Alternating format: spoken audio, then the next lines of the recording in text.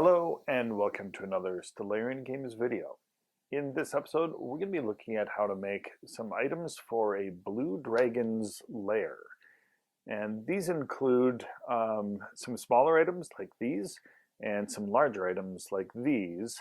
And the theme behind the blue dragon's lair is that the blue dragon is able to essentially shoot lightning and also to burrow and carve out a lair for himself in the sand. And using that lightning, I'm imagining that they would use some sort of static application to the sand and essentially charge the lair with this static energy or power or magic energy or whatever you want to call it, and create his lair out of it.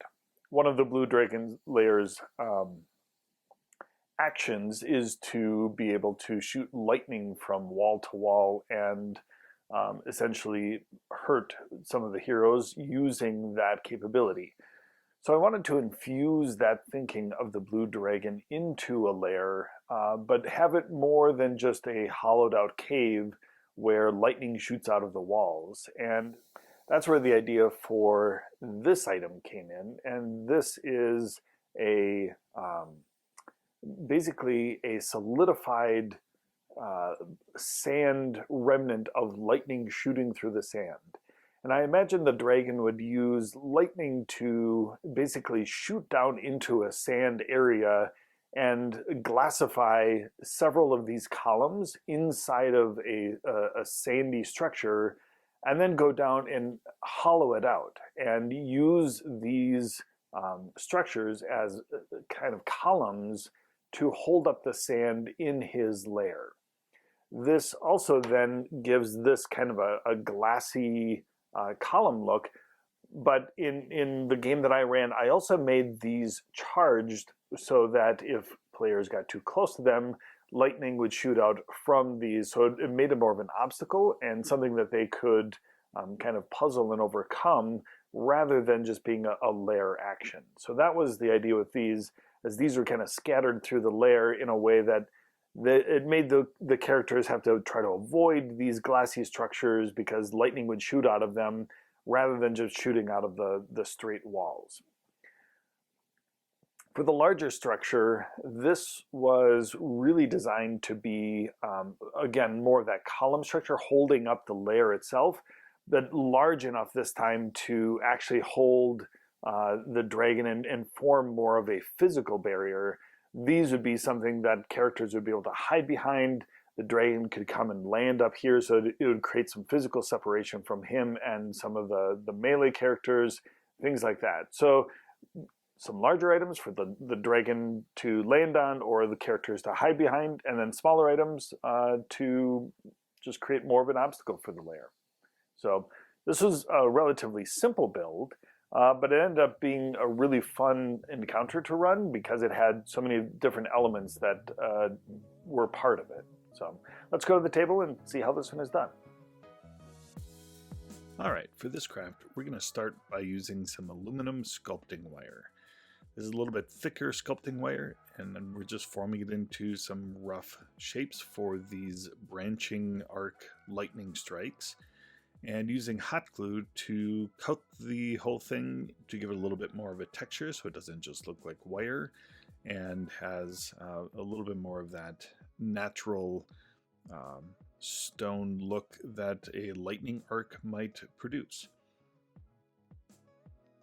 Using some chipboard, we're going to cut out the bases of some of these pieces, especially for some of the larger items, and using that aluminum wire again, gluing those into place and letting it set, and then gluing onto the top. Once that is all set, then we can start building some reinforcing pieces that will go and branch into other areas and create just some variety with these different shaped pieces.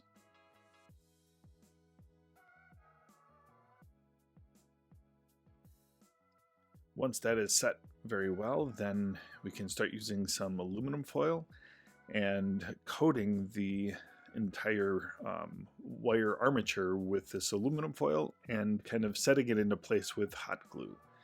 It doesn't have to be terribly dense aluminum foil. I squished it in pretty good so that it wouldn't move around too much when we started doing the gluing process. Now on all of these pieces, I am coating this with some white glue and dusting it with a sand texture. This is like sand texture you would put into paint to put onto a wall for textured paint. But it just created a really nice fine texture that I liked for all of these lightning pieces because I wanted it to look like solidified sand, as if lightning struck and solidified the sand kind of in place. I'm coating the large pieces in the white glue as well, and coating all of this in that sand texture as well. Now with the aluminum foil crumpled up the way that it is, it gives it a nice texture as well, so I didn't have to coat it very heavily, but I wanted it to still have that appearance that it is made out of that glassified sand.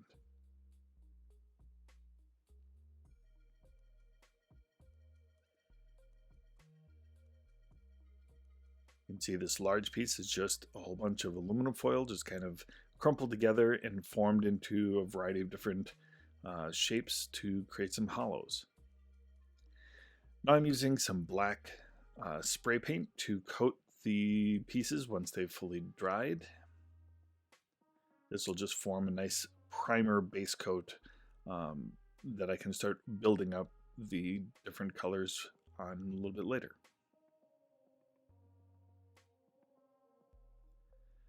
Once that's dry, then I can start by putting on a dark brown base coat, especially on the areas that are touching the ceiling and the floor.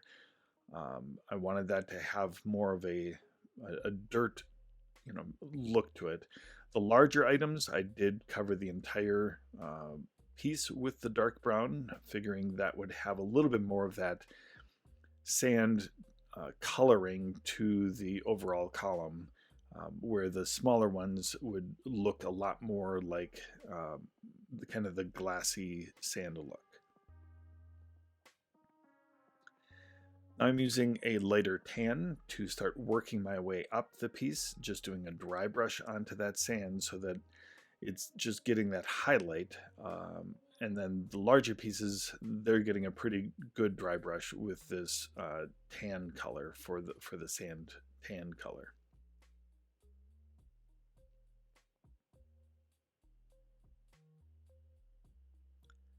I'm coming along with I think it's a gray at this point, just kind of working as an undercoat. And I think I come along with more of a pure white at some point once I get comfortable with the gray tone that this is producing. I'm creating a lot of the highlights on that sand pieces so that on the larger ones you can see there's gray highlights all over, but a little bit of that khaki sand still visible. Now here's where I'm adding that white highlight to especially the branchy portions of the items, and then a little bit of highlights here and there on the larger pieces just to add some depth to them. And here's a look at the final product. We have the branchy items kind of as the foreground to create the obstacles for the players to move around, and then the larger items for players to hide in, the dragon to sit on, and overall create a really neat environment for a blue dragon's lair. So I hope you liked this video. If you do, please hit the like button and subscribe, and we'll see you again next time. Thank you.